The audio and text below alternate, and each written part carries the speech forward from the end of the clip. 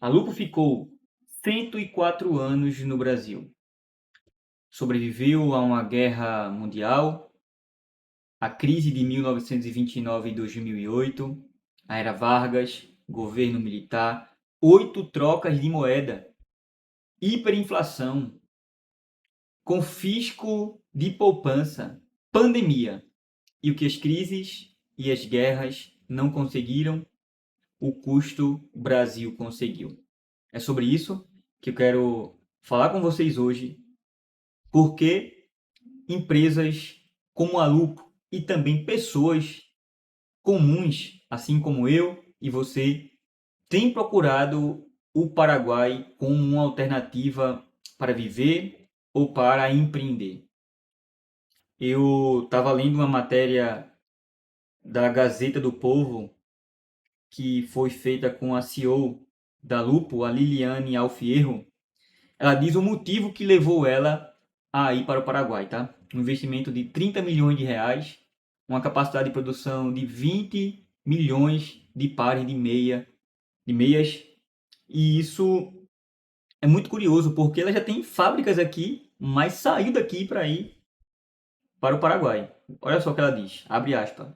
Produzir no Paraguai é quase 28% mais barato do que no Brasil. Vamos conseguir um preço mais competitivo para poder crescer no Brasil. E em seguida ela diz assim, ó: não é que a Lupo foi para o Paraguai, o Brasil empurrou a gente para lá. Ela está indo para o Paraguai em busca de ter uma redução nos custos de produção, porque ela quer tornar o seu produto mais competitivo. E não é novidade, o Brasil aqui, ele está cada vez mais difícil, as pessoas com cada vez menos dinheiro procuram produtos mais baratos. E quando você tem um custo de produção alto, o seu preço ele vai ser mais caro porque você tem que cobrir os custos de produção e de impostos que o Brasil cobra. E eu quero mostrar para vocês aqui um pouco dos impostos que tem no Brasil e a diferença dos impostos que a gente tem no Paraguai. E isso está atraindo bastante empresas e pessoas para lá. Olha só. No Brasil, tá? A gente tem um imposto sobre o lucro de 24%, mais 10% sobre o lucro que exceder 20 mil por mês. Tem também o PIS/COFINS, que é 9,25% sobre o faturamento. Depois vem o ICMS, que é entre 7% e 18%, ISS, de 2% a 5%, e os encargos trabalhistas, que podem dobrar o custo da folha. Sem falar da insegurança jurídica que o nosso país tem, né? A todo momento a gente está tendo aí movimentos no judiciário que passam essa insegurança, que também é muito ruim para investidores. Vamos agora ver os custos tributários do Paraguai, né? Os impostos, na verdade. O sistema tributário do Paraguai é muito mais simples e barato que o brasileiro. O IR de pessoas físicas, 10%. IR sobre o lucro de empresas, 10%. Menos da metade, né? IVA, o imposto sobre o consumo, 10%. E encargo trabalhista, cerca de 16%. Tem uma lei também no Paraguai que está em vigor, que é a lei de Máquila, que é um pacote de incentivo para que empresas estrangeiras se instalem no Paraguai. Em resumo, a lei permite enviar máquinas, insumos e matéria-prima para o Paraguai isentos de impostos de importação, realizar todo o processo industrial, exportar o produto final, incluindo exportação de volta ao próprio Brasil, pagar apenas 1% de imposto sobre o valor agregado no Paraguai ou da nota de exportação, o que for maior. Olha só a diferença. E o que é que eu fiz? Eu pedi para o Gemini fazer um cálculo de quanto de imposto seria pago para uma empresa que fatura 1 milhão por mês no Brasil e o mesmo cenário para uma empresa que fatura 1 milhão por mês no Paraguai. Isso aqui é cálculo feito pela IA, tá, gente? Eu também pedi no chat GPT, eu também vou passar para vocês aqui. O Gemini, ele deu um custo de impostos para uma empresa que fatura 1 milhão no Brasil de 272 mil.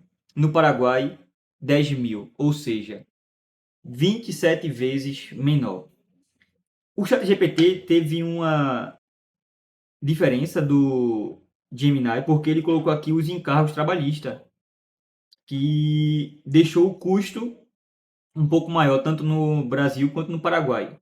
E também vou apresentar para vocês aqui o resultado disso, que foi no Brasil de R$ 474.500, no Paraguai 35 mil, ou seja, 13 vezes mais barato.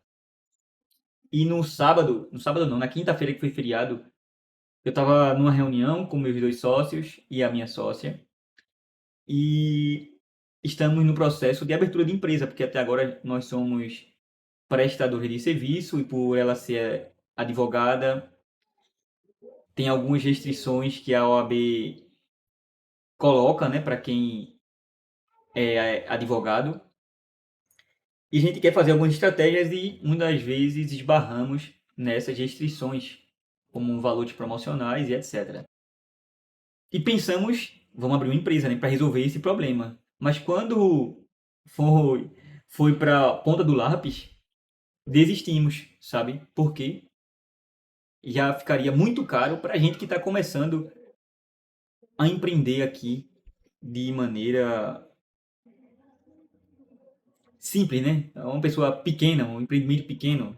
A gente pega uma grana que a gente ganha para pagar o custo de vida que a gente tem, aí a gente teria que fazer um investimento já para pagar alguns valores que não foi possível a gente poder dar sequência nesse plano, né, de abertura de empresa.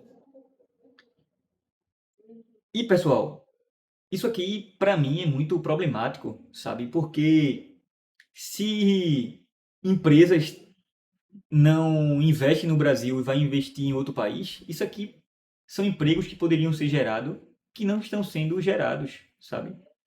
Eu estava vendo também essa semana um vídeo do Paulo Massal explicando que um dos seus amigos, milionário, né?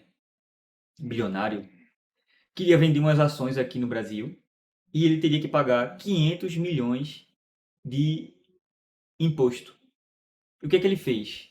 Ele simplesmente pediu uma residência fiscal no Uruguai, vendeu as ações e pagou exatamente R$ 0.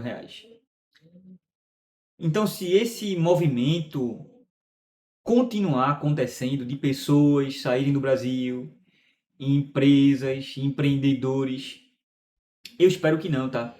Mas a tendência é que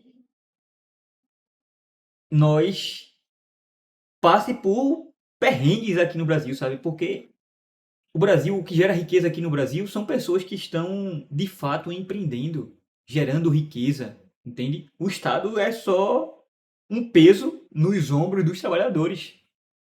Até mesmo pessoas físicas que antigamente saíam do Brasil para procurar uma vida melhor, estão saindo do Brasil para fugir dos impostos, que cada vez mais surge um novo, né? Aumentam, surgem novos impostos e está cada vez mais complicado.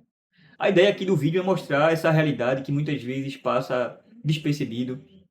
Não estou falando que o mundo vai acabar, porque algumas pessoas podem se assustar com esse tipo de notícia, mas a ideia aqui é trazer uma reflexão e mostrar para vocês que vocês podem se preparar para uma eventual crise, sabe? Para uma eventual situação em que a gente tem uma fuga em massa de empresas do Brasil, porque isso aqui não é uma exceção, sabe? A lupo e as pessoas ir.